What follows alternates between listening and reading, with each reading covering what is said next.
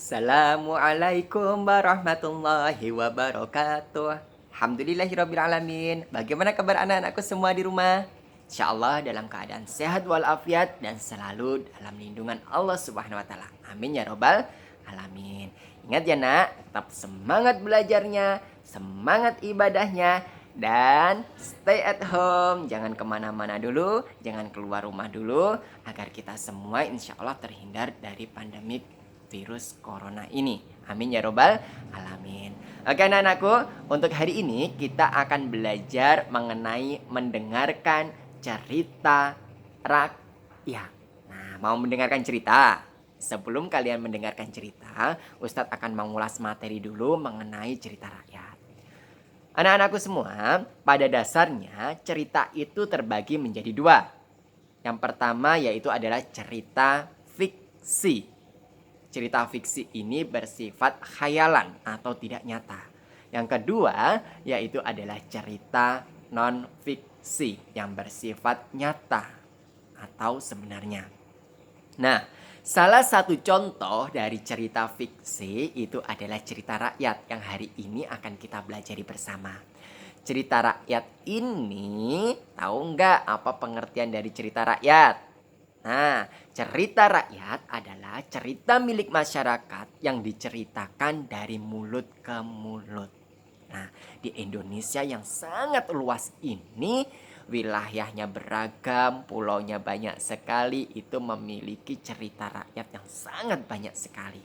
Di antaranya ada terjadinya Danau Toba, terus ada Tangkuban Perahu, terus ada Malin Kundang, cerita rakyat yang sangat terkenal itu dari Sumatera, dan juga ada Cendelaras. Nah, itu semua adalah sebagian kecil contoh dari cerita rakyat yang dimiliki oleh negara kita Indonesia.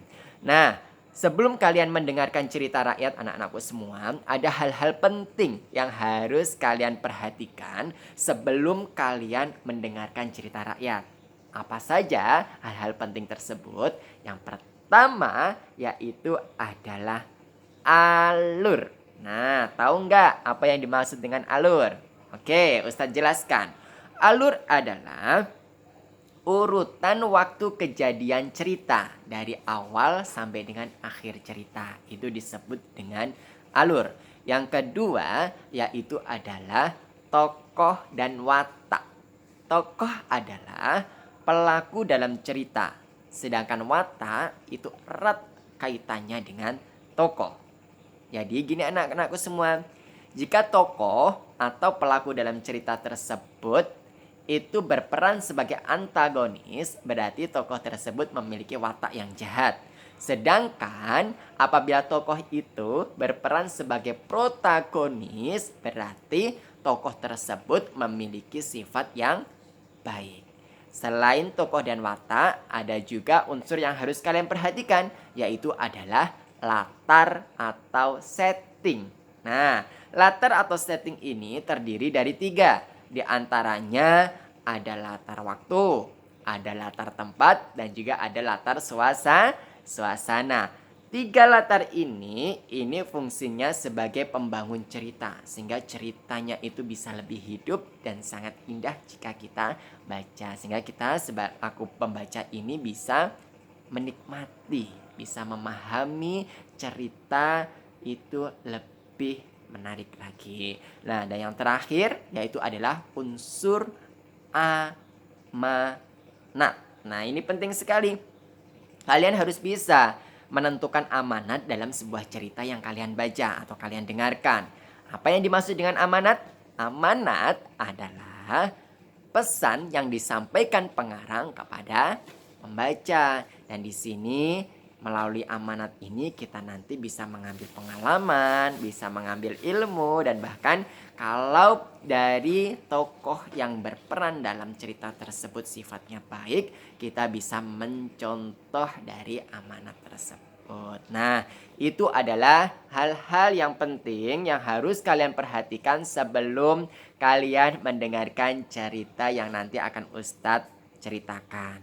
Nah, anak-anakku semua, tugas tematik hari ini kalian yaitu adalah yang pertama, kalian mendengarkan cerita yang nanti akan Ustadz ceritakan. Yang kedua, kalian tulis unsur-unsur penting atau unsur-unsur intrinsik dalam cerita rakyat yang akan Ustadz ceritakan. Dan yang ketiga, itu yaitu kalian menceritakan kembali cerita yang sudah kalian dengar dengan bahasa kalian masing-masing, dengan pemahaman kalian masing-masing. Itu saja ya materi pembelajaran hari ini. Ditunggu hasil tugas kalian, kirim ke wali kelas kalian masing-masing. Sekali lagi, tetap semangat belajarnya, semangat ibadahnya. Oke, sampai jumpa lagi. Insya Allah Ustadz, Ustazah selalu mendoakan kalian yang terbaik untuk kalian semuanya. Ustadz akhiri pembelajaran hari ini. Wassalamualaikum warahmatullahi wabarakatuh.